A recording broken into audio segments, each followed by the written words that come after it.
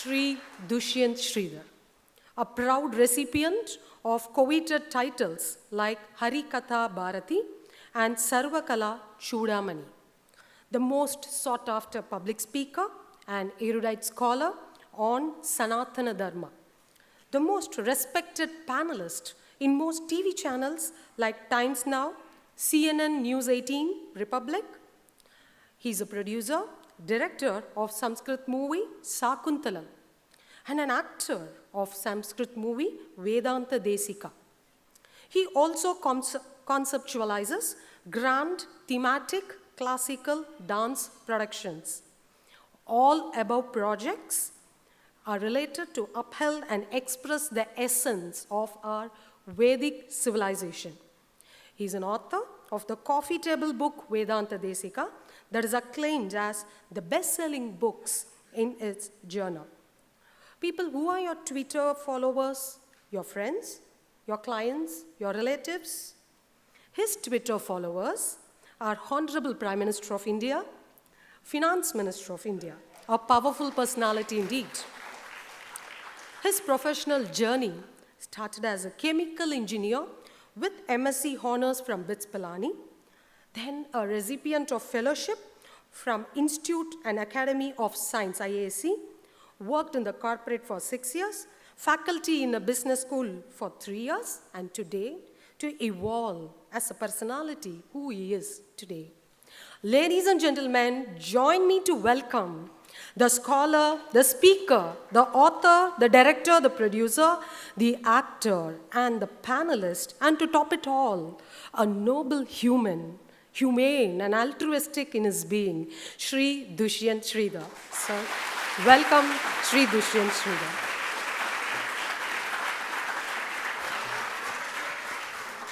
May I request Shri Manishankarji to felicitate our chief guest. Namaste.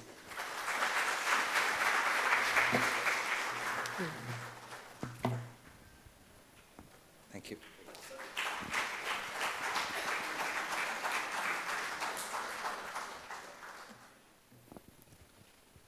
Namaः Pannaganadhaya Vaikuntha Vashavartine Shruti Sindhu Sudhotpada Mandaraya Garutmate. Humble obeisances to the august gathering. This is my first time in this auditorium, as much as it is my first time for Mindful Insights. Thank you, Mani, for graciously inviting me, and to the gathering as well. The topic chosen for the day is Garuda. And people who are kind of accustomed to listening to some of my discourses may be wondering that why is an LED screen aiding me? When Mani met me in the month of January, he wanted me to speak in Feb. So unfortunately, I couldn't give him a date in the month of Feb. I said June is the best month. And at that point in time, I asked him, what do you do? So when I told him, he said that he's into a business that has to do a lot with LED screens. And he also told me that of all the very good projects that he has done, the recent chess tournament that happened in Mahabalipuram, all the LED was done by him. So that is when I thought, why not make the best use of LED now? So that is how the topic on Garuda is featured. I'm sure every time we visit a temple that has affiliation with Vaishnavism or Sri Vaishnavism, the first thing that we make note of is the Garuda's Sannidhi. In large temples, when you enter the premises, the Sannidhi for Garuda itself is so huge. I'm sure when we go across, I will take you to one of the beautiful pictures of Srirangam that Everything with associated with Srirangam has the prefix periya or periya, peri. So we have this periya Tiruvadi, which is Garuda, and then we have a huge Garuda's presence there. So Garuda's presence is excellent and important in all temples. But we need to understand how Garuda is featured in Sanatana Dharma. This one is a beautiful painting by none other than a person whom we all have seen and liked, a person who's very close to my heart, Keshav. So this is a depiction of a Southeast Asian Garuda. Garuda may look slightly different, but this is how he's showcased in the Balinese tradition. So, I've spoken in Indonesia thrice. It is an archipelago nation, a Muslim majority nation. There are a few islands which have Hindu majority as well. The driver who drove me from the airport in Jakarta to the place where I was supposed to speak stopped his car and performed his namaz justfully and sincerely. His name was Aditya. So any shop that you enter in Jakarta, the welcome note is Jai Subhadra, Jai Arjuna. And I was taken to the largest mall in Jakarta the first time I went in 2012, and it was called Ayodhya Mall. And trust me, if the mall had this name in Chennai, there would be total ruptures and protests. So, that said, where is Garuda's Upakhyana?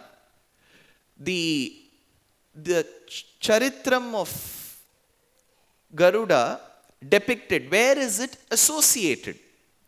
So when we get to see Garuda, we have to understand Mahabharata first. So we have 18 parvas of Sri Mahabharatam. The first parva is called Adi Parva. It is one of the largest parvas. In Vyasacharya's Sri Mahabharatam's Adi Parva is Garuda Upakhyanam.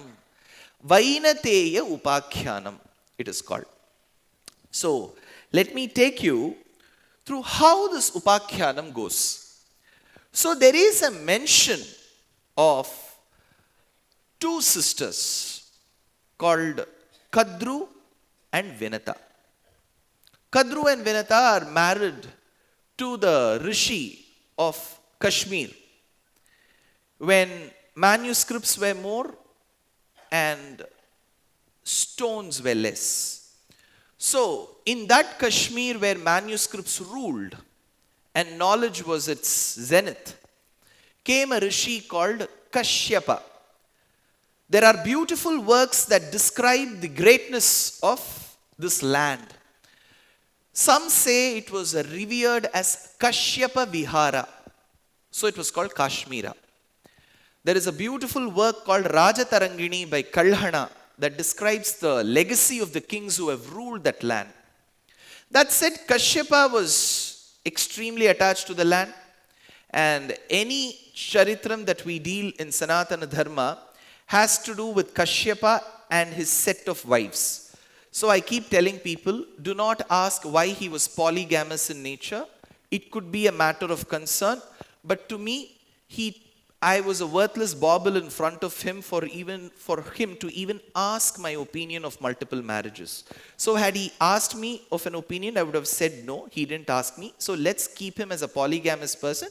A few lessons to be learned from him. That's where, let's keep it simple.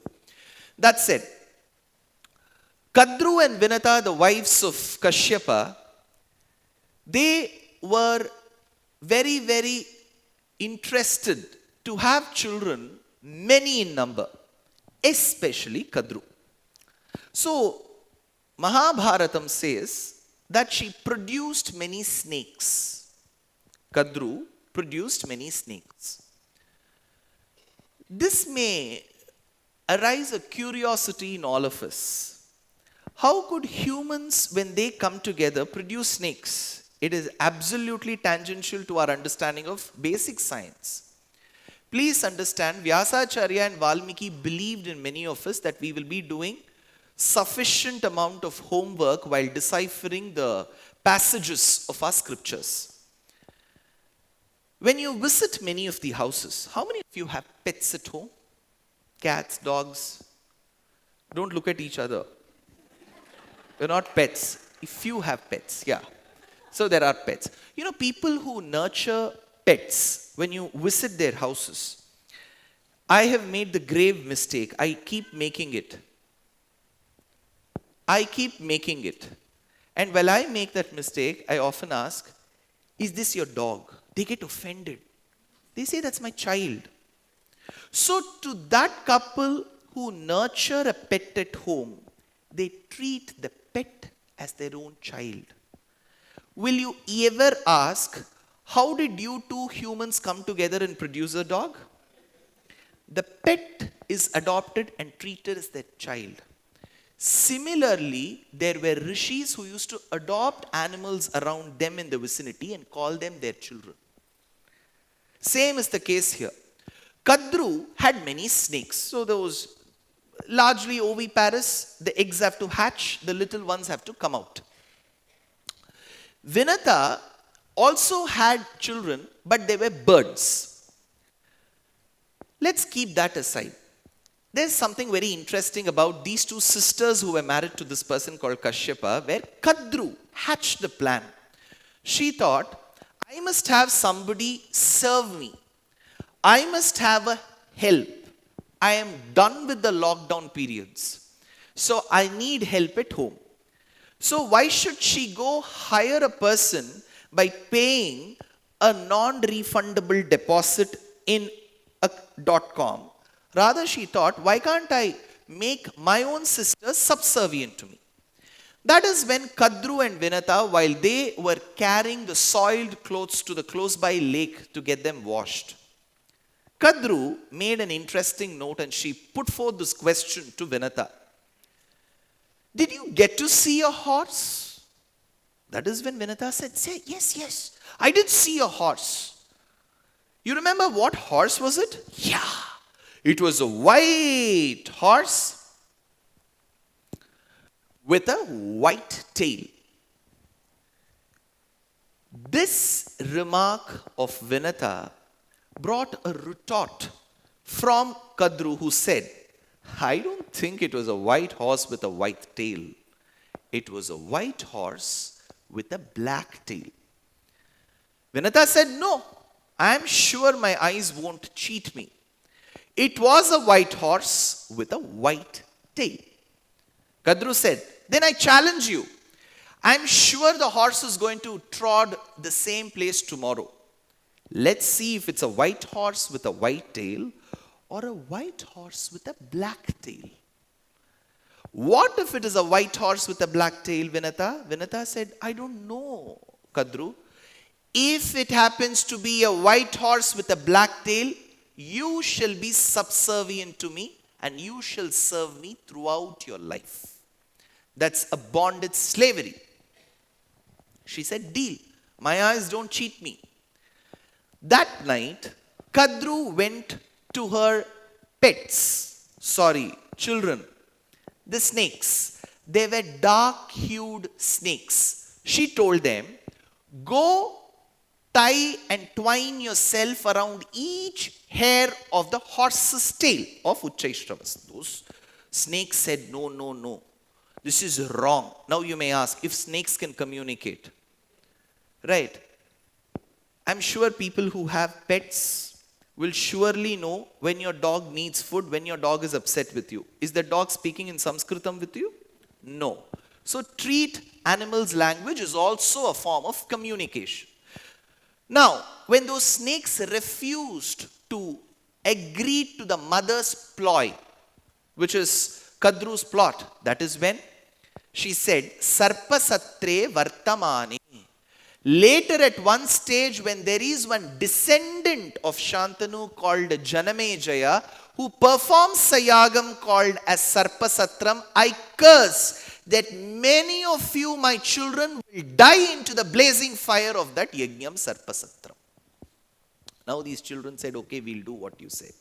But the curse is already pronounced. So these children go and tie themselves up to the tail, the hairs of the white Uchaishravas. And this horse, when spotted the next day by Vinata and Kadru, gives a clear message that Kadru has won and Vinata has lost. So the deal was Vinata should serve her. But eventually Vinata's bondage extended to her children as well. Everything that I state now is very important for later slides. So she said, this bondage that you have will go to, that shall be bequeathed by your children as well. Vinata said yes. But then Vinata decided, let me not have so many children like what my sister Kadru has. Let me restrict it to 2. Nam iruvar, namak iruvar. So now when there was a egg that was spotted in the nest, she ended up wanting to have birds as her children. So she prematurely goes and opens the egg, even before the stage had come where the chick could normally, naturally come out. She broke open the egg. This hasty decision of Vinata led to that bird not fully being developed. It was a partially developed, special abled child, which was the bird. And this bird was reddish. Its eyes were also reddish. It was extremely angry with the mother for having taken such a hasty decision. So the bird now curses the mother that you shall continue your days of slavery for many, many months to come. That said, that child later is offered job as the charioteer of Surya. Since he's red-hued, he's called Aruna. He becomes the charioteer, Sarathi, to the Rathi called Surya. Surya Ratham has one chakram called Sambatsaram. It is driven by 7 horses, and those 7 horses, held by the reins by the Sarathi, are representative of the chandas, the different prosodies that you find in Sanskritam like Gayatri, Ushnik, Trishtup. All these chandas are the 7 horses. This Aruna becomes the charioteer, the Sarathi to Surya Deva. Now, then comes the day where she waits for that moment when slowly the next egg can hatch, because she's already got one curse. She didn't want another one. So she patiently waited for the other one to hatch. And when that egg hatched, came one bird, looked left, right, did this and came out. And that was the bird which will later be called Garuda. He is Vinata Sutta. Vinata Sutta, Vainateya, these were the names. But over the period of time, he gets beautiful names. Now, how was this bird, later we know him as Garuda, how was this bird's childhood? See, when we talk about Ramayanam, we keep discussing about Rama's childhood. Rama's childhood was not a one that you could run for pages together. He used to keep listening to his parents. If parents said stand, he would stand. Sit, sit. It took many, many years for him to get married. Though both of them may not seem connected, they are connected too. So, he took a lot of time. Whereas Krishna's childhood is filled with memories. Bhagavatam gives so much information about Krishna's childhood. We have heard a lot about Rama's childhood, Krishna's childhood. But here, what Vedanta Deshika brings to us is Garuda's childhood. So he says that the seas, the hills, and the stars were the ones with which Garuda used to play. We have heard of Krishna playing with butter, Rama playing with a bow. But the baby Garuda whom Vedanta Deshika depicts neither played with butter nor with a bow and arrow. He used to play. He used to go hit the stars. Like the bowling game, he used to put the stars and the stars used to be dispelled. So it may seem like an exaggeration, But this is how beautifully he depicts, like how many of the surfaces of the mountains used to be broken, the waters used to rise, and the stars used to move hither and thither. So he brings the beauty of Garuda in a beautiful shloka. Kshunna kshoni dharani kshubita chatura kupara timyat garunti. Trutyanta rasarani sthaputita vibudha sthanakani kshipeyuhu. Patala brahmasaudhavadhi vihita mudha vartananyasmadartim brahmanda syantarale brihati khagapater arbaka kriditani. Arbakaha, the little Garuda, kriditani, he used to play with the stars, with the waters, and with the mountains. So as Garuda grew, he understood the situation of his mother. Because his mother used to do all the household work, Vinata used to do, and Kadru, his other mother, stepmother, was very calm and cool. The slavery with which Vinata was succumbed to extended to her children as well. One child went as a charioteer of Surya. The other one, Garuda, had to bear the brunt of all these snakes. So the snakes would say, I have to sit on your back, take me to another island. All this is mentioned in Mahabharata at the start. So Garuda was tired of doing all this work for the sons of Kadru. So at one point in time, he asked, what is that one way? Please tell me the way where I can rescue my dear mother Vinata from slavery.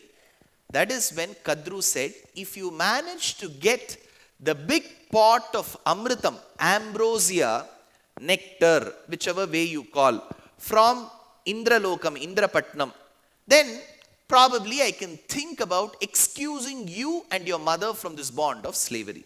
Garuda thought it's a great task. I will take this task upon me and I shall manage to fulfill this particular task.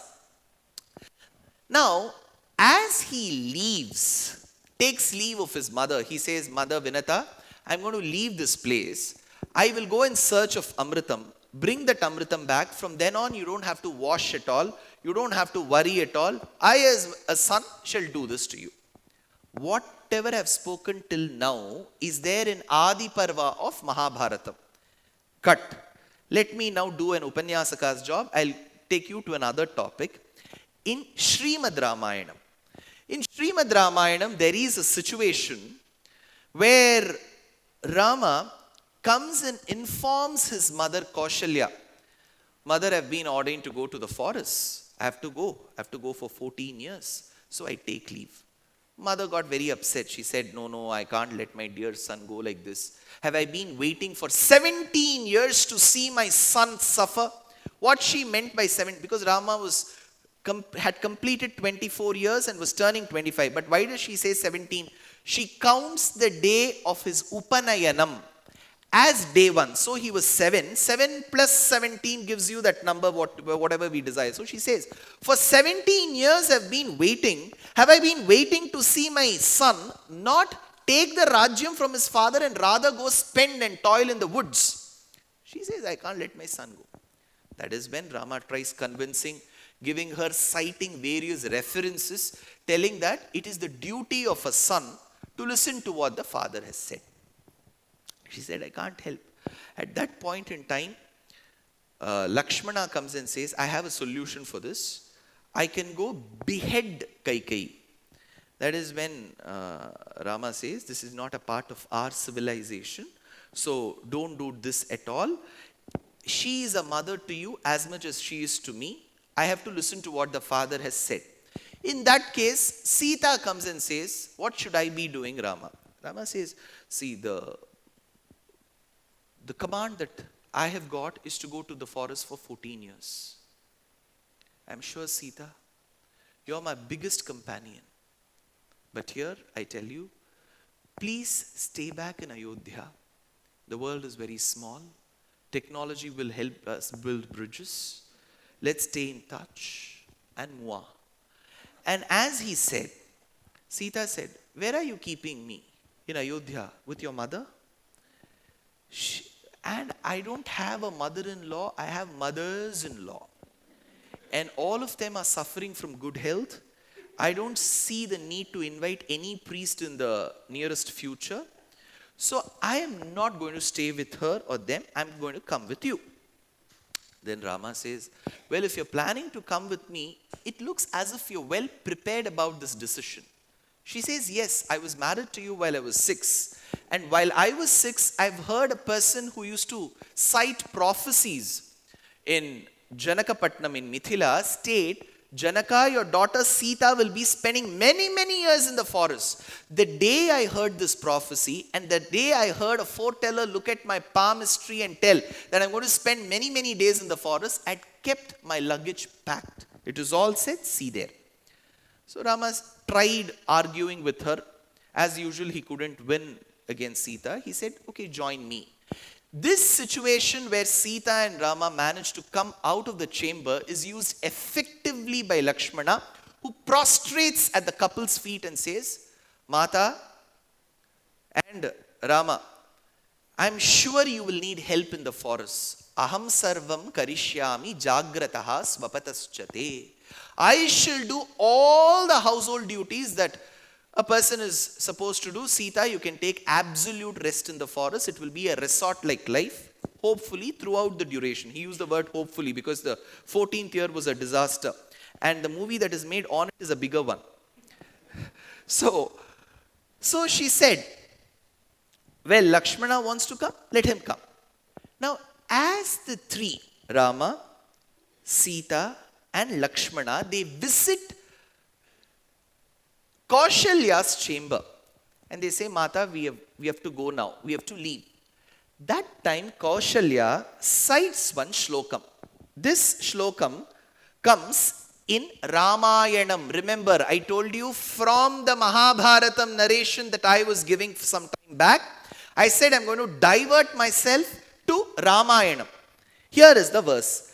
Yanmangalam suparnasya vinata akalpayat pura amritam prarthayanasya tatte bhavatu mangalam. The mother says, my dear son, you are going to the forest. Like how to relieve the mother from the clutches of slavery, Garuda, Vainateya, Suparna sought his mother's permission and said, I am leaving this place. And at that point in time, Vinata said, my dear son, I bless you. Similarly, I am telling you, my son, when you're leaving to the forest, I am blessing you like how Vinata blessed her son Garuda. Remember, this shlokam comes in the Ramayanam. She says, Yanmangalam suparnasya. Mangalam is the important word here. She says, those verses which were cited and recited by Vinata to Garuda, I am reciting those verses to you now. You're getting that line. But what are those verses? We don't know. That is found in the Adi Parva of Mahabharatam. Now let's come back to Mahabharatam. Garuda goes and tells his mother, I have to go get that Amritam. That time Vinata tells, Pakshaute marutaf patu, Chandra Suryaucha prishtataha, Shirascha patu vanhiste.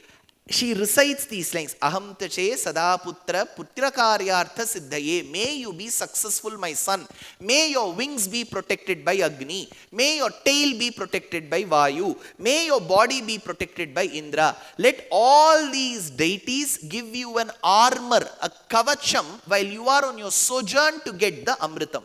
So the verses recited by Vinata as an armor, a kavacham, a protection, a shield, a what is a protective charm to her son is seen in Mahabharatam, and the reference to that is seen in Ramayanam. So this is how Ramayanam and Mahabharatam are interlinked. Now Garuda leaves that place. As he leaves, he asks his father. See, Vibhavavataram Garuda is 100% non-vegetarian Garuda. Garuda in Vibhavavataram, in Archavataram, in the temple, he is absolutely vegetarian. He consumes puliyodare, curd rice, vadai, all this Archavataram Garuda will consume. Vibhavavataram, when he was there as a real bird, he is 100% non-vegetarian. So he went and asked his father, Father, I'm extremely hungry. Where should I go seek food? The father said, as you take your journey to Amaravati, the place where Indra resides and supposedly where Amritam is, you shall see a lake, and by the banks of the lake there will be two things fighting with each other. One is a tortoise, the other is a baby elephant. Both of them in their previous janmas were two brothers called Supratika and Vibhavasu. So they had a quarrel over property fight. So each of them cursed each other. One said, you shall become a tortoise. The other one said, you shall become the elephant. And the beauty is, those brothers who cursed each other were born in the same neighborhood. That's a bigger curse. And they continued fighting. So if people are fighting, it doesn't mean it is just of this janma. Maybe people have been fighting over janmas. So Garuda says, okay, what should I do with them? If they continue fighting, they are a big menace to the flora and the fauna. Consume them. The father says, eat them up. So Garuda says, see, now my father himself has said that I shouldn't be sparing the life of the tortoise and the elephant, so I shall go. So this consumption of Garuda, holding the elephant, remember, if he has to hold the elephant and the tortoise, what must be the size of Garuda? He has to hold the elephant and the tortoise. And as he held them, the tortoise and the elephant continued fighting even while they were held. Don't forget that. So they were still fighting. They were not cognizant that somebody was catching them with their claws. So as they were being carried, Garuda thought, let me take some rest. As he rested in one of those large banyan trees, I'm sure close to Bangalore there's something called Big Banyan Tree. There's a huge banyan tree in Kolkata. There's a banyan tree that you find in the Theosophical Society, one in Kalakshetra campus, huge ones. So in one of the branches of the banyan tree, Garuda happens to go and sit. The rishis then say, the rishis who were performing penance by holding the branch upside down. The branch was there. They were upside down and performing yoga and penance. That is called Valakilyasana. Remember, even today, if you do that kind of posture, it is called Valakilyasana. Now that we are very close to the yoga day, we should know there is an asana called Valakilyasana. These rishis, very, very small in size, who were hanging from the branch of the banyan tree, who were inversed and were performing this asana, were called Valakilyas. So these Valakilyas, many number, they were spread on the branch of the banyan tree and they were performing the penance.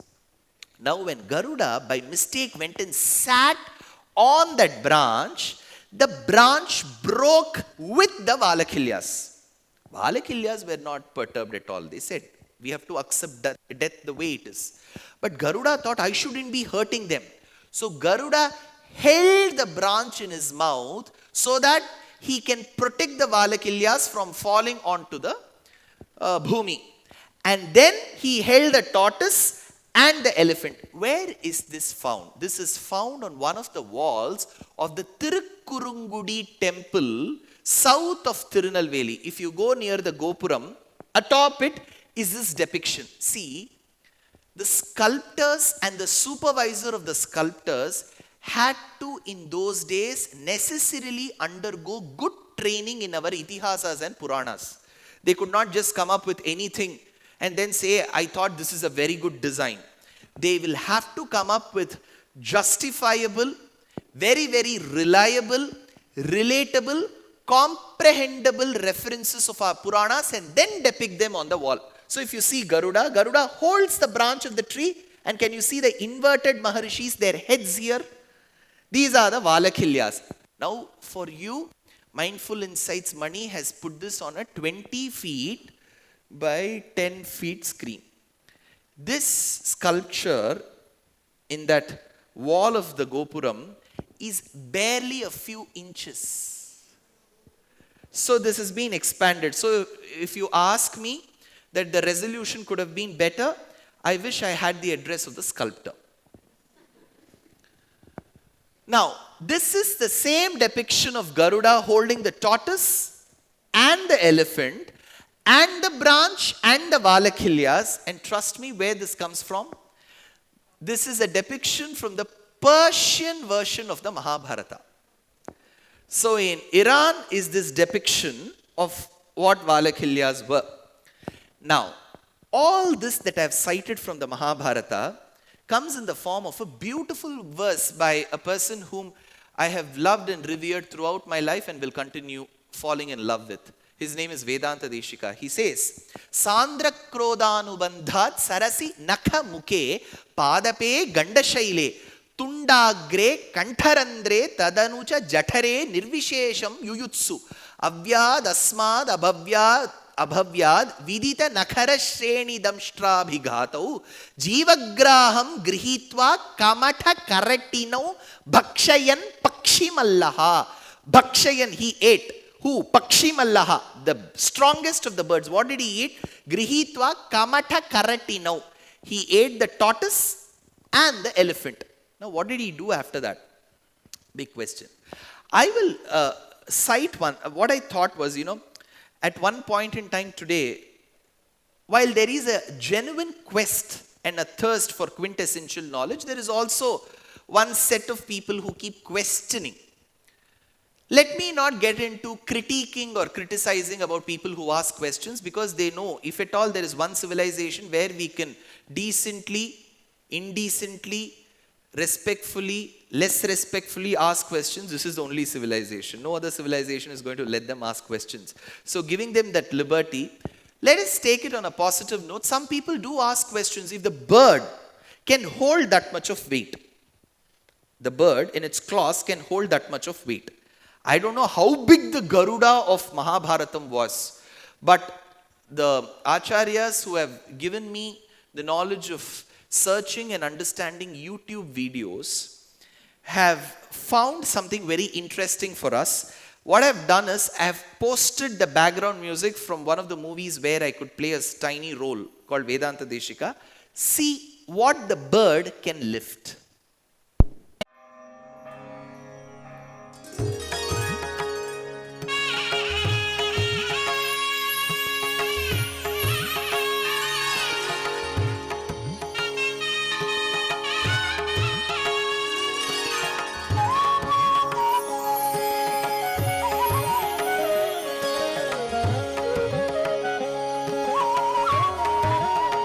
गरुडमखिल वेदनीडाधिरूढं विषत्पीडनोत्कण्ठिता कुण्ठवैकुण्ठपीठीकृतस्कन्धमीडे स्वनीडा गतिप्रीतरुद्र सुकीर्तिस्तना भोगगाढोपगूढ स्फुरत्कण्टकौव्रातवेधव्यथा वेपमानद्विजिह्वाधिपाकल्पविस्फार्यमाणस्फटावाटिकारत्नरोचिश्छटा Rajini राजितं कातिकल्लोलिनि राजितम्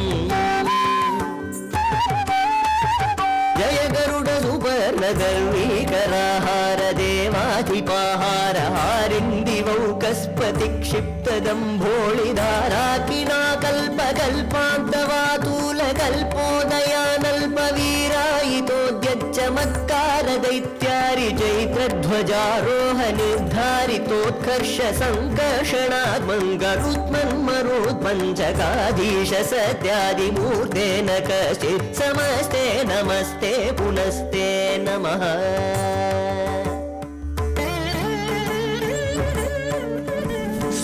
नम इदमजः च पर्याय पर्याय निर्यातपक्षानिलास्फालनोद्वेलपाथोऽधिवीची च पेटाहता गाधपाताळभाङ्कार सङ्कृतनागेन्द्रपीडा श्रीणीभावभास्वन्नखश्रेण ये चण्डतुण्डाय नृत्यद्भुचण्ड ब्रुवे वज्रिणे दंशया दुःखमध्यात्मविद्या विधेया विधेया भवद्दास्य मापादयेथादयेथाश्च मे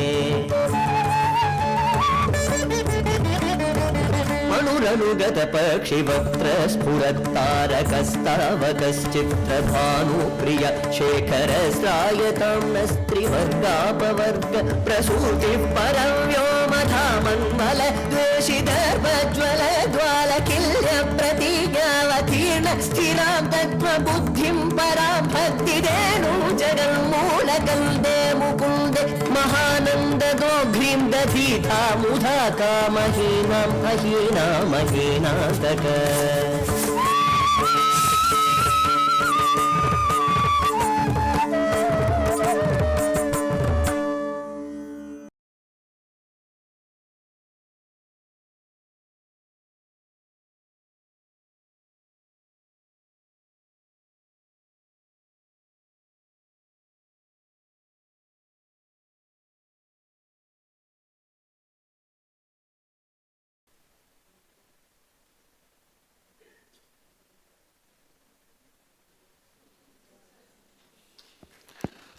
So, see, this depiction is not to bring some excitement, but the point that I'm trying to make is we have references to the Mahabharata verses. If people ask for citations and references and inscriptions, we have them for many, many millennia before. And Vyasacharya must have been such a very good observer of things of the flora and the fauna that have happened around him, that he knew how to confirm that birds could lift such heavy objects. Could you ever think that a good, well-developed goat, fox, they're all lifted just in those two claws. So, if this small a bird could lift that, I'm sure he could have lifted a baby elephant and a tortoise too. That's it. Now, what did he do after that? So, that consumption was over, that breakfast part was over. Now, after that, he had to continue his journey. Before that, I'm sure many of you will have children, grandchildren, who are all fans of Neo books. So, I feel our civilization, directly and indirectly, has been an inspiration to many, many, many other civilization and books. It has traveled the seas, it has gone to other continents and has come to us back in a different way where we are not aware it may have had a chance of going from here. Here is going to be two scenes that I show from a book that I used to wait in the British Library outside in Bangalore for to get the first copy of the book, Harry Potter. So in the second book called The Chamber of Secrets, when Harry goes to the Sarsa Slytherin's chamber, where he's to be taken by the Bellatrix. What is the snake's name? Basilisk. So in Basilisk, so what he does is while he's about to die, and many of them are caught in the chamber of the secret, that is when there is a bird which is supposedly the pet bird of Dumbledore that comes and carries them. That is called the fox. And then in book number 5, which is the Order of Phoenix, we get to see when Dumbledore is to be arrested, the bird carries him. So I'm not attributing or trying to say that J.K. Rowling must have sat through one of the Garuda Upakhyanam lectures given by Anantarama Dikshitar and Astika Samajam. But what I'm trying to say is the ideas of Mahabharata must have traveled in the last 2000 years to various civilizations and must have given ideas to other poets. If you go ask her about Garuda, she may not know. But if you ask her where you got this idea from, maybe she'll say, I got it from Greek civilization. And Greeks were called Yavanas. And Yavana had a person called Kala Yavana, who was the coalition partner of Jarasandha when he fought Krishna in Mahabharata times. So there has always been a connection. So just see what our great directors have to say.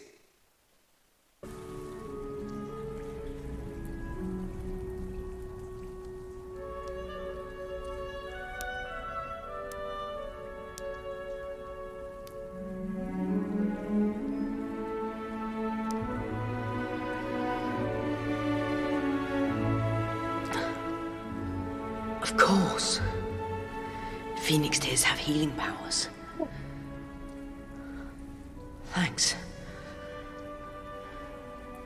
It's all right, Linny. It's over. It's just a memory. Amazing! This is just like magic!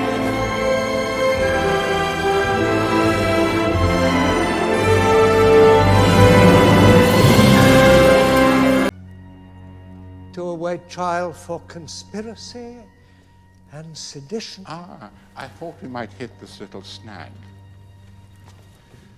You seem to be laboring under the delusion that I'm going to, what was the phrase? Come quietly. Well, I can tell you this. I have no intention of going to Azkaban. Enough of this. Take him!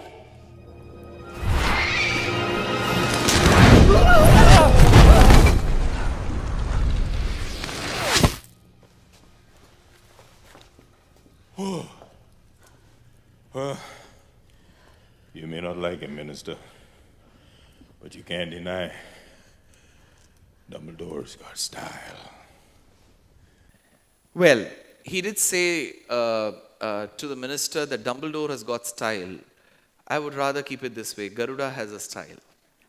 So when Garuda took all of them, carried, ate them, then he has to go to the Pattinam, the city of Indra. There he goes and fights with Indra and gets that Amrita Kalasham. So this Amrita Kalasham and Garuda go very hand in hand. So there is a depiction that you can see here. He is the Amrita Kalasha Garuda that is shown in a painting.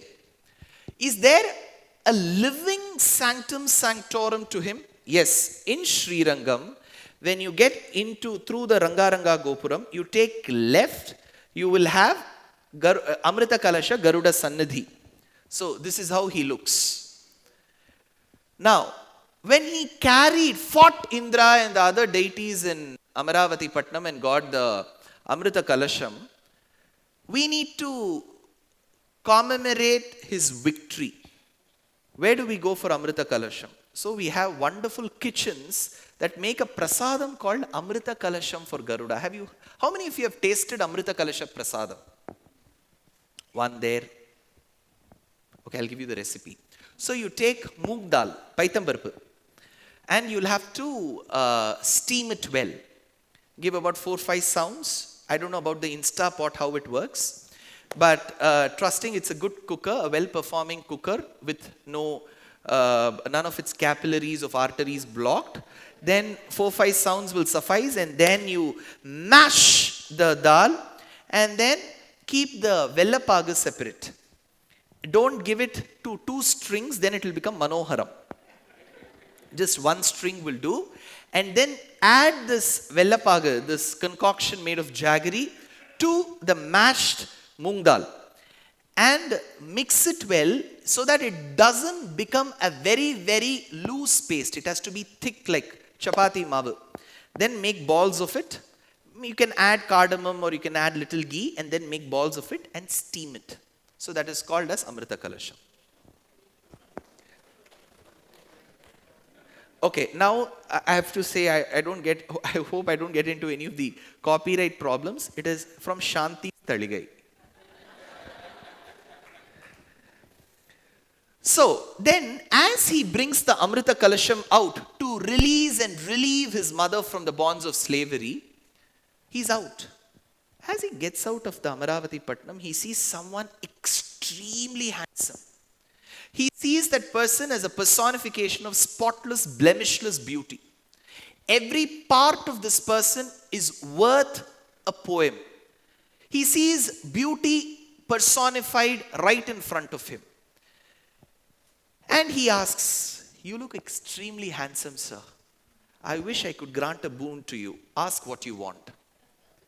That person who was standing opposite said, "I wish to say the same thing to you. You too look extremely valorous, brimming with prowess, very, very, very powerful.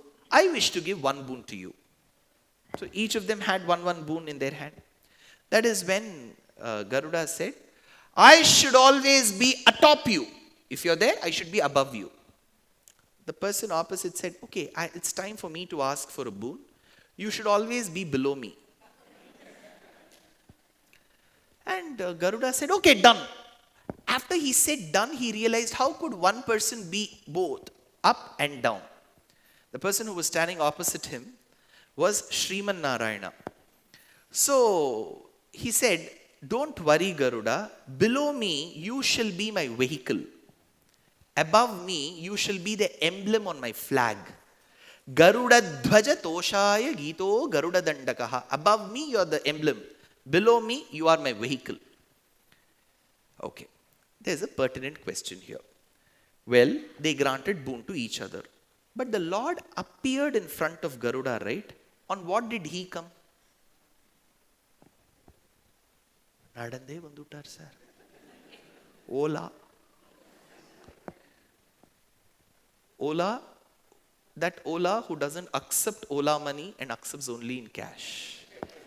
So, now please remember, water exists in 3 states. Solid as ice, liquid in its very own state, and as vapor in its gaseous state. Each of these states of water is called as Nilai in Tamil. Similarly, Parabrahmam is also like water. You may say, how are you comparing water with Parabrahmam? Remember, when in Ramayanam, Dasharatha asks, is my son worthy to become my heir apparent? Every father who anoints his son as the successor should check if the son is worthy enough. So Dasharatha did in those days. Though it was largely called a dynasty, there was democracy then too. So he asked, is my son Rama capable of becoming the heir apparent? That time, Vasishtha says yes. What did Vasishtha reply? Kamban tells in Kambaramayanam, Unnum Neerinum Avanaye Uhappar. People love him more than the water that they drink. Why? Because water has many attributes of Paramatma. If Paramatma's daya flows from the higher level to lower level, so does water flow from higher level to lower level. Paramatma fits himself in any house, in any suitcase, in any temple, like how water fits itself into the container. So there are many, many attributes. So that said, there are many states of Paramatma, like how water has solid state, liquid state and gaseous state. See, if you travel by any of these airlines, they will ask you, water, sir? Sparkling water. And do I put some ice cubes? So, ice cube, solid, can exist along the liquid state. So, 2 states of the same H2O can exist together. Similarly, there are 5 states of Paramatma. Para, Vyuha, Vibhava, Antaryami, Archa. Para state is where he is in Sri Vaikuntham as Paravasudeva. Vyuha is where he gets into all these functions like creation, sustenance and dissolution, like Spa. Have you heard of Spa? Sankarshana Pradyumna Aniruddha. S-P-A. These are the Vyuha states. Now, in that state, he exists as Vyuha Murti. Paravasudeva, Vyuha Murti. Third is when he is born, he grows, is nourished, nurtured, lives, and then goes back to his abode. That is called as Vibhava Avataram. Rama Krishna, the Avataram, is called Vibhavam. Fourth, where he stays within each of us as the Antaryami, Hardam. The last state is that of where he gives a beautiful darshanam to his devotees across various temples, beginning with Sri Guruvayur, Tiruvananthapuram, Tiruvallikeni, Sri Rangam, Kanchipuram, Pullambudangudi, Adanur, Simhachalam, Ahobilam, Yadavadri, and so on. It's called Archavataram. Like how solid state and liquid state of water can exist together, Vibhavavataram and Archavataram can exist together. Rama, who is Vibhavavataram, worshipped Ranganatha, who is Archavataram. Krishna, who is Vibhavavataram, worshipped Guruvayurappa, who is Archavataram. So you see 2 states existing together. Similarly, Garuda also has 5 states.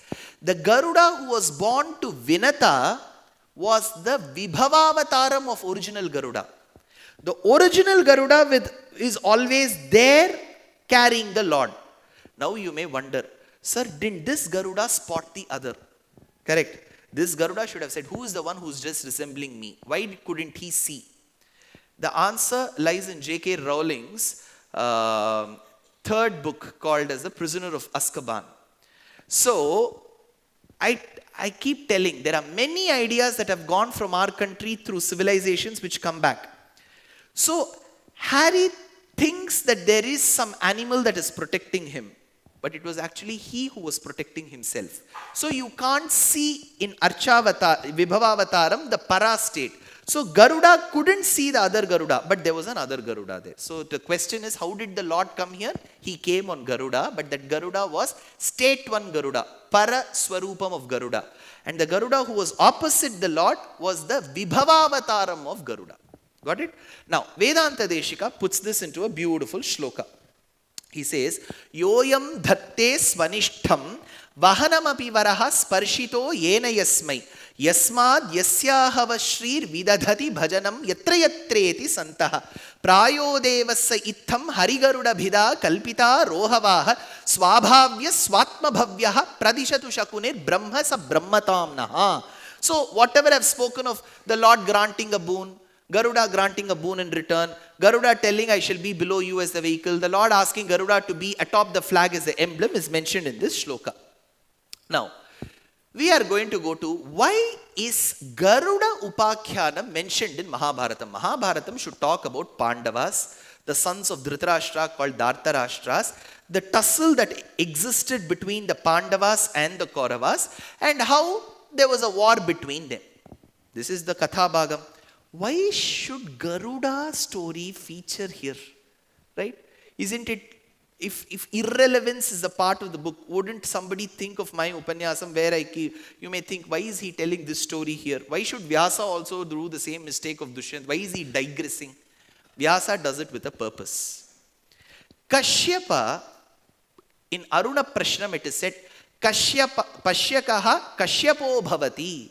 Pashyaka, the one who could see, but just not see, foresee. So you see, I see what is there. What do I foresee? That if I continue this lecture for more than 25 minutes, people will fall asleep. So I see and I foresee. That is why he was called Kashyapa. Why is Kashyapa mentioned in Mahabharatam? Because Vyasa knew there will be an exact opposite person to Kashyapa called as Dhritarashtra, who could neither see nor foresee. Had he foreseen, he would have not let his sons humiliate his own daughter-in-law in the middle of the court. But he was extremely happy that his daughter-in-law is getting humiliated. He didn't foresee the destruction, the calamity, the disaster that was to strike the heads of his very own sons. He could neither see nor foresee. In the Pasuram for Thiruvallikeni, Tirumangayalvar, Virpena Velavum, Kanjanum Mallum, he says, Andhakan Sirvan. Andhakan is the name of Dhritarashtra. Andhakan, he couldn't see. Andhakan, he didn't see, but Vedanta Deshika says, not seeing is not his mistake. But why he was a disaster was, he was just not blind externally, he was blind internally too. So, Kashyapa's Charitram is mentioned in the start of Mahabharatam because he was a person who could see and foresee. Dhritarashtra could neither see nor foresee. Next, why is this mentioned? Kadru cheats Vinata. Correct? She cheats with her sons. She says, my dear black-hued sons, go and tie. It was not a fair battle. She wanted to cheat Vinata. So she used her own sons to cheat Vinata. Correct? You see here, in the scene of gambling, the sons of Dhritarashtra cheat the sons of Pandu by not fighting them directly, but by asking their uncle Shakuni to fight on their behalf. It was not right. So this was cheating. Next, Vinata's son, who's Garuda, finally says, I have to release you from slavery. What should I do? He decides to release his mother from slavery by fighting Indra and bringing Amrita. You will remember during the Dyuta Krida, the Pandavas had become slaves of the sons of Dhritarashtra. It was Draupadi who released them temporarily, but that the temporary release from slavery from the hands of the clutches of the Kauravas to the Pandavas was not sufficient for her. She said that I need a permanent release from these sons of Dhritarashtra, oh my dear Pandavas, for which here came the Gitamritam. There Vinata's son brought Amrita. Here Vishnu gave Gitamrita. Sarvopa Nishado Gavaha Dugdha Gopalanandanaha Partho Vatsaha Sudhir Bhokta Dugdham Gitamritam Mahat. So there Garuda brought Amrita. Here Vishnu gave Gitamrita. There Vinata's son Garuda fought Indra. Here Krishna fought the Kauravas with Indra's son Arjuna. Do you see the connection? Next. If you see the next part, Garuda fights the snakes. Correct? The sons of Kadru were the snakes. Garuda, Vinata's son, fights the snakes. You remember what is the emblem of Duryodhana? Snake.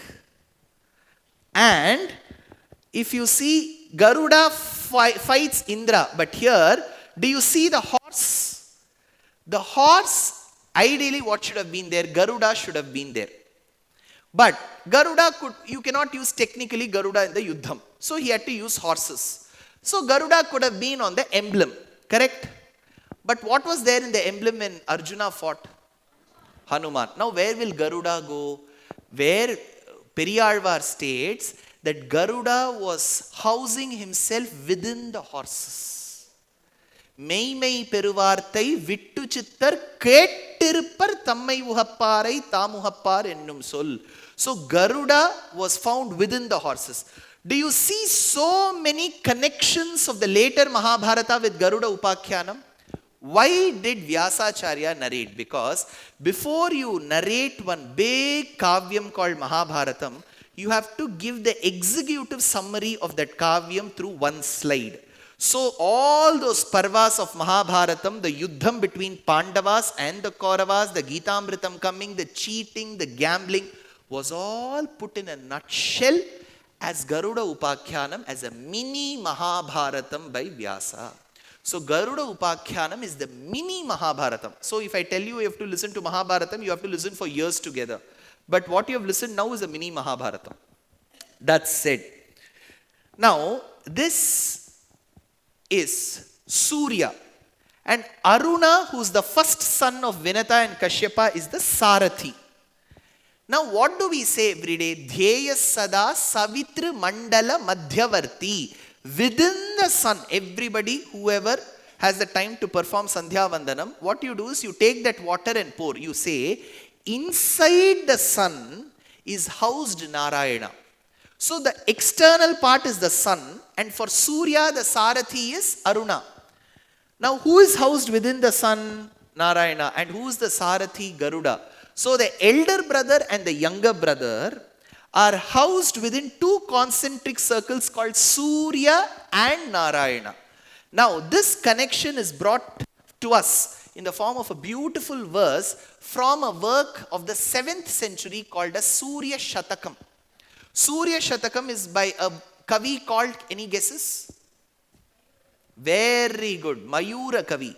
So Mayura Kavi drafted the set of 100 verses on Surya for getting cured of eye problems. So this has been put forth in a beautiful shloka. Prakkalo nidra padmakara parimalanabhir bhavat padashobho bhaktya tyaktoru khedodgati divi vinata sununa niyamanaha saptashvapta parantanyadhikamadharanyo jaganti stutolam devair devassa payad apara iva murari ahintam patirvaha. So here, this is a verse from Surya Shatakam. Now this form of Garuda, while I went to Seattle, one of my very good friends called Jayashri has painted this Garuda in Seattle. What has she done is to paint Garuda the way Vedanta Deshika and the Vedas have praised. Garuda is seen as the quintessence of Vedic teachings. Remember, that is why in any Samprokshanam or Kumbhabhishekam, after you have recited the Vedas and you take the Vedic waters to the Kalasham and you pour over it, immediately people will look to the sky and check if Garuda is there. Because Garuda is seen as the essence of Vedic teachings. Now, what does he signify? Vedanta Deshika states this. Netram Gayatramuche. Now, the eyes of Garuda represent Gayatri Mantram, it seems. So what she has done is, this is a very low resolution pic of it. If you zoom the eyes, you will see the Gayatri Mantram written within it. Netram Gayatramuche Trivriditi Chashiro Namadheyam Yajumshi. Chandam Syangani Dishnatma Bhirajani Shaphair Vigraho Vamadevyam. Yasya Stomatma Nosau Brihaditara Garut Tadrisham Natta Puchaha Swachandyam Nafprasutam Shruti Shata Shikara Bhishtutatma Garutman. What does Garuda signify? The Atma of Garuda is Samavedam, it seems. That is why in Bhagavatam, when the Lord appears on Garuda before Kardama Prajapati, the verse says, Stomam Udirna Sama. When Garuda was flying, they could hear Samavedam, it seems. So the Atma of Garuda is Samavedam. What is the body of Garuda? Vamadevyam. What does the name of Garuda signify? It signifies Yajurvedam. What does the head of Garuda represent? Trivit Mantra. His eyes, Gayatri Mantra. Wings, Brihat and Rathantra. Limbs, Chandas. The claws, Dhishnya Vedika. And tail is Yajna Yajnam. Says Vedanta Deshika. Now, there is another message. If you have seen many of the Vishnu temples, in the Brahmotsavam, there is one day called as Garuda Sevai. When Muthuswami Dikshitar visited Kanchipuram and wanted to take a glimpse of the Lord, he went on the day of Garuda Sevai. Kalidosha Haratirtha Prabhava Guru Guhadinatam Kapila Shukadi Sannuta Garuda Vadirudham Varadaraja Mupasmahe Vanaja Sanadi Pujitam. Why is Garuda Sevai so important? Here, we need to understand there are 4 sections, parts to every Veda. There is Brahmanam, Aranyakam, Samhita. These are the 3 portions of Vedas. The 4th part is Upanishad. So there are 4 parts, Brahmanam, Aranyakam, Samhita and Upanishad. Sir, you're saying there are 4 parts. Why have you put so much of gap between these 3 and the 4th one? There is a reason. These 3 talk about a lot of karma, activities. They say venerate Paramatma through this particular ritual. Venerate the Parabrahman using this particular yagam. So it becomes a karma. So I reach Paramatma through Agni. I reach Paramatma through Varuna. I see Paramatma through Indra. I see Paramatma through Rudra. So these are all the deities through whom I see Paramatma. Since they signify karma, these 3 together are referred to as Karma Kandam. Brahmanam, Aranyakam and Samhita. Now as I keep doing these yajnas, my desire is to understand and meditate upon Parabrahman, which is Paramatma. Which is that portion that signifies the Paramatma? That is the Jnana Kandam, which is the Upanishad. Now, if you see this Karma Kandam, which is the Vedic injunctions, is represented as Garuda. The Jnana Kandam is represented by Parabrahman. So when you see Vishnu on Garuda, it means you are seeing Vedam together. Karma Kandam and Jnana Kandam. Shruti, Shirasi. This is Shruti, Vedam. Shirasi, its crown, is Vedanta. Vidipte Brahmani Srinivase. So Garuda Sevai literally brings in front of our eyes Karma Kandam and Jnana Kandam together. That's it. Where else do we find Garuda? When the elephant was crying for help, when one of its limbs was caught in the strong and virulent jaws of the crocodile, the Lord appeared on Garuda. Even in the Thiruvallikeni Pasuram, we get Pul Oorndu Sendru. So when you see Gajendra Varada Sannidhi in Thiruvallikeni, you will see the Lord seated on Garuda. So in our Puranas, Garuda becomes in a way identity to the Lord. Where else do we see him? When Dhruva Charitram, when Dhruva is blessed by the Lord comes over Garuda. Where else? In Ramayanam, where Rama at every point in time says that I'm a normal human being, there's something and certain situations that go beyond his control.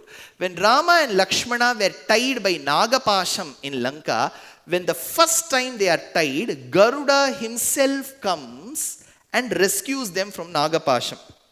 Next, when Krishna was carried under the shade of the 1,000-hooded, white-hued Adisesha from Mathura to Gokulam, crossing the swelling waters of the Yamuna river by Vasudeva, we see above the Adisesha, there was somebody else who was guiding him and covering him.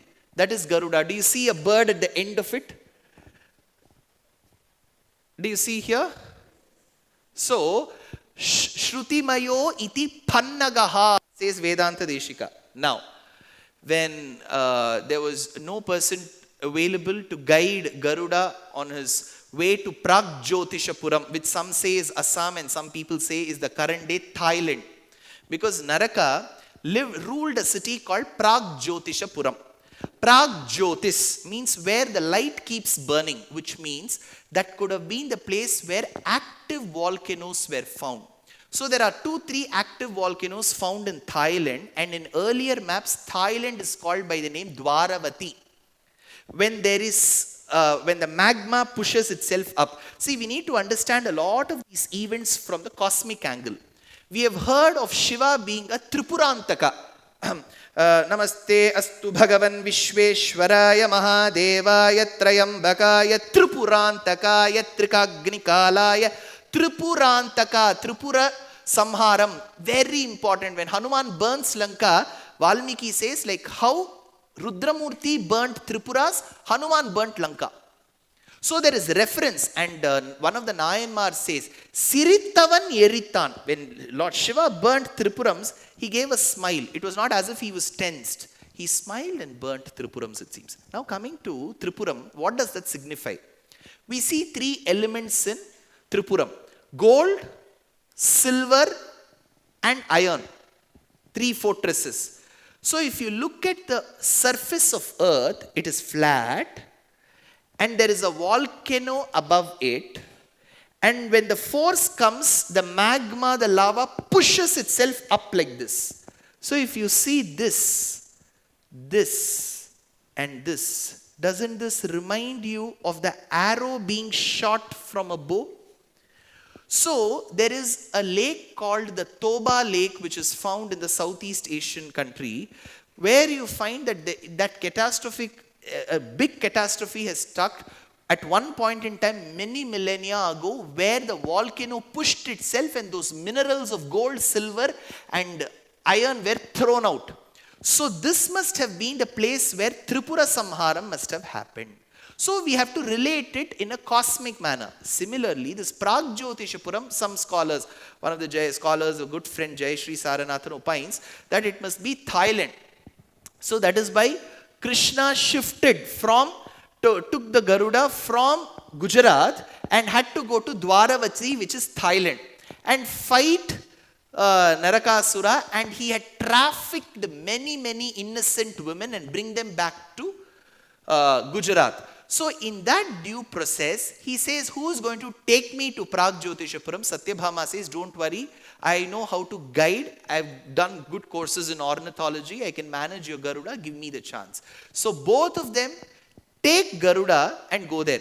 Interestingly, the first time I went to the US, I said they were so fast, they took Garuda Vega. People looked at each other. There's a courier service called Garuda Vega. So I was not aware of it, and even probably Garuda was not aware of it. So this is the large Garuda that you see when you enter Srirangam premises. Everything about Srirangam is huge. Next, even before I go to this Garuda, there is one Garuda that I wish to ask, where his wings are not open, they are folded. Where is he? Srivilliputturu, it's still open. No. Oh, wow. The next picture was not the answer to that question. Somebody said? No. Have you visited the Vaikuntha Perumal temple in Mangadu? In Mangadu, the wings are folded because the marriage of Kamakshi with Shiva didn't happen in Mangadu. It was postponed for some reason. So Vishnu said, Garuda, you have to take some rest, fold your wings and sit here. When we are called, we'll go. So his wings are folded. So it is there in Mangadu. Now let's come to this. Okay.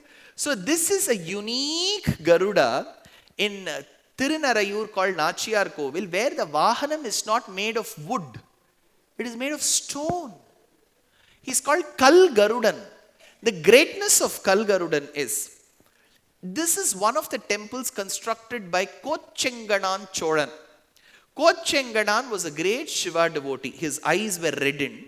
And Tirumangayalvar says, Yendol Isharku, Yentol Isharku, to that Shiva who has 8 hands.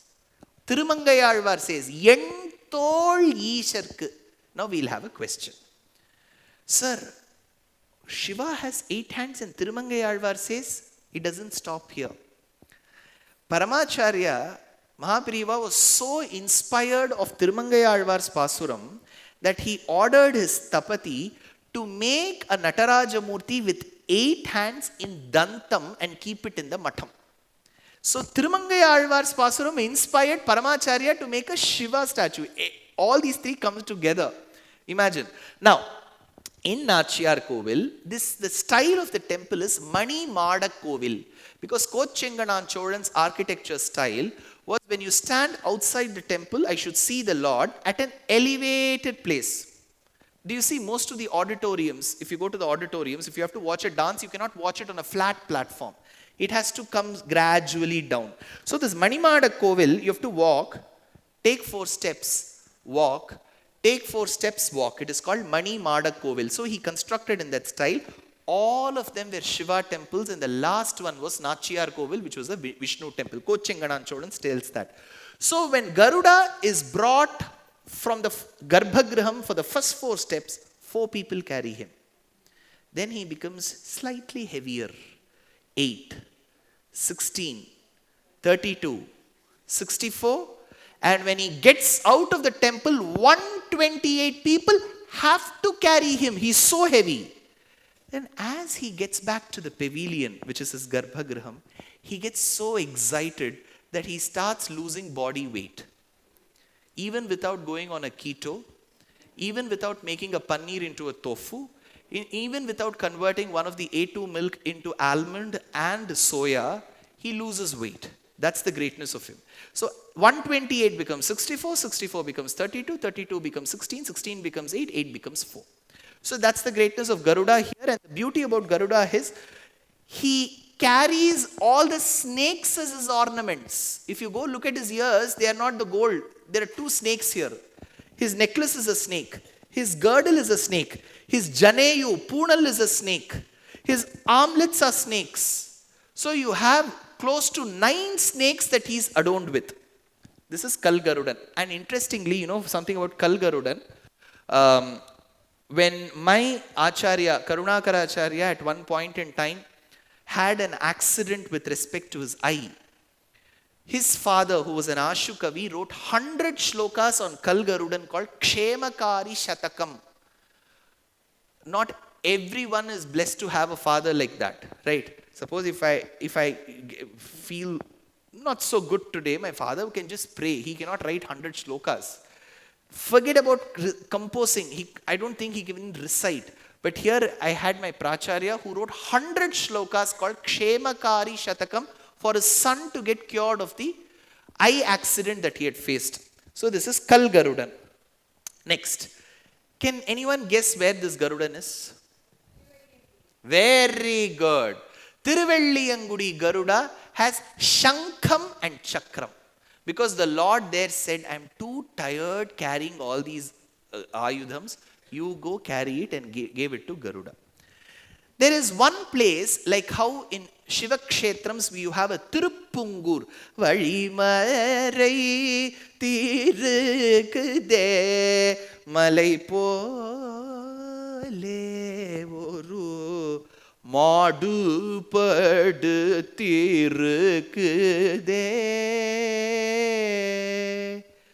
Gopalakrishna Bharati says how Nandanar said, here is one big bull, because of which I am not able to have a glimpse of you, my dear Mahadeva.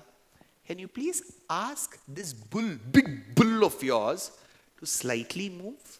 So Tiruppungur in Shiva Kshetrams is a place where Nandi is not aligned in one line with the main deity of the Sanctum Sanctorum. He moves away. There is one Kshetram where Garuda is not aligned in the same line. Any guesses? Very good. Tenthirupperai. In Tenthirupperai, which is one of the Navatiruppadis, the Lord is called Makara Nedunkulai Kadan. If you've been hunting for a good name for your prospect grandson, keep this. Makara Nedunkulai Kadan. The one who has got, in Madurai and Tirunelveli, they have huge earrings. So the hole becomes so huge. So two dazzling, resplendent fish-like earrings float below the ears of the Lord. Makara Nedunkulai Kadan. So there, Tenthirupperai is extremely beautiful because you have many Purva Shikhas in that Gramam. So those children were playing while reciting Vedam. They were playing as they were reciting Vedam. Playfully they were reciting while they were playing. So the Lord wanted to have a glimpse of these children. So he said, Garuda, you're standing in the middle. Could you please move that side? Pillai Velayatoliyum. Immediately Garuda moved. So in Tenthirupperai, he is not in one line along the Garbhagraham. This is another Garuda of Srivilliputturu. You don't see him opposite the Lord. You see him alongside the Lord. Why? Because the Lord thought he has to respect his father-in-law, because his father-in-law Periyalvar is the Amsham of Garuda. So the father-in-law said, I got my daughter married to you in Srirangam. I gave her in Chola Desham. I've come back to Pandya Desham. I can't stay without my daughter. I'll give you place. Please don't mind when people have to make sly remarks about you staying in your father-in-law's house. I don't mind. I know you don't have much of your salt in Uppaliyappan Kovil. Continue the same here. Stay with me. And that is a place where Garuda stays alongside Andal and Rangamannar. There is another temple here. Can you guess who these are? Kannadadavaru idara illi? Kannada. Heli sir. Nam kadene barta idivi. Nama rajya. Helbidi. Happadi. Adu Kannada nutta namakku onnu prachane illa. Illaya? Kaveri bodu mattum dhaan keppom. No.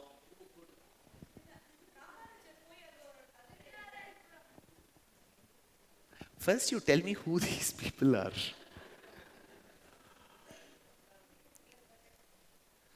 Okay. These are the wives of Garuda. Rudra and Sukirti. Rudra Sukirtistana Bhogagadopagudas Purat Kantakavrata Vedavyatha. Rudra and Sukirti. So this is a Bindigavale village very close to Mysuru, where you have these Utsava Murtis of Garuda's wives. So that's very unique. You don't have it in any other temple. The wives of Garuda are called Rudra and Sukirti. Now, this is called Garuda Gati Bandham. See, you have many meters in which you can compose poetry. Vedanta Deshika, in a span of 3 hours, 180 minutes, 12 minutes more than PS2 and Bahubali 1. In 180 minutes, he composed 1008 verses. I still wonder if we Bharatiyas have been so bad at marketing. If this is not a wonder, do you think a building which was constructed and started leaning from the day it was built and has not fallen on ground is a world's wonder? A building has not fallen, it's been leaning from the day one, that becomes a wonder. A person who has composed 1008 verses on a terse topic like Padukas in 180 minutes, we barely even speak. In those 1008 verses, the 30th chapter is called Chitra Paddhati, the poetry of imagery. In one of those verses, it is called Garuda Gati Bandham. So Vedanta Deshika uses the velocity at which the bird flies. See, the bird won't fly point A to point B like this. It isn't a four-wheeled vehicle. It has to trace a certain path. So if you see it in the 3D view, you will see 1, 2 like this. So in that path, he has completed a verse called Garuda Gati Bandham. Look at this. Kavyaya sthita marga vyaja yataga margaka. Kamada jagata sthitye rangapungava paduka. Now see, kavyaya sthita. Kavya ya. Then if you see 4. Where is 4? Here. Sthi. So if you see kavyaya sthi. So if you take this in the 3D mode, that describes the velocity at which a Garuda traces the path. So it's called Garuda Gati Bandham. This is one of the verses in the 1008 verses he wrote in 3 hours. So, if you see, this is Vedanta Deshika who lived 750 years back. He gave one work to one of his other good followers called Tyagaraja Swami, born 500 years after his birth. Tyagaraja, in his opera called as Prahlada Bhakti Vijayam, says Prahlada was tormented by his father Hiranyakashipu, and Nagapasham had enveloped the little boy. So when he was thrown into the seas, the Lord of the seas said, "O son of Vinata, Garuda, please come and relieve this boy from the snakes." So this is the only composition available in Carnatic music that is exclusively dedicated to Garuda. It is called Vinata Sutta Rara in Ragam Hushaini. Vinata Sutta Rara na Vinuti Gai Konara Gananagha Pashambula Khandincha Rara Amareshuni Gelichi Nivamritamu Techi Vimala Kirti Vahinchi Velasi Linna Vira. So, I don't know if... Sorry. Can you just check in the monitor if you can click that, just below that button is the audio player. If you take your cursor there. Vinata Sutararana Vinuti Kai Konaraya Vinata Sutararana Vinuti Kai Konaraya Vinata Sutararana Vinuti Kai Konaraya Vinata Sutararana Vinuti Kai Konaraya Vinata Sutararana. This is a composition by Sangeeta Kalanidhi Ramanathan sir. So he has sung. Now this presentation, which is slightly tangential to most of the traditional Upanyasams where we sit in one place and we keep going without the aid of this, is to say that with the aid of technology, we can bring some positive changes to the young and the working population. People who are accustomed to traditional lectures may find, oh, those 2 hours of lectures where you give those traditional lectures with no pictures, no slides, that is better, sir. But trust me, we have close to 500 to 600 million Indian population below the age of 30. They are all either in colleges, schools, or some of them have joined in jobs. If you ask them to go sit for a 7-day Bhagavata Saptaham, 2.5 hours every day, they won't. So here I had the help of Sri Mani of Mindful Insights, who gracefully, graciously, benevolently, out of simple magnanimity said, take the LED for yourself, the 20 feet and the 10 feet that you have, and present whatever you want. So Garuda has one character, Garuda.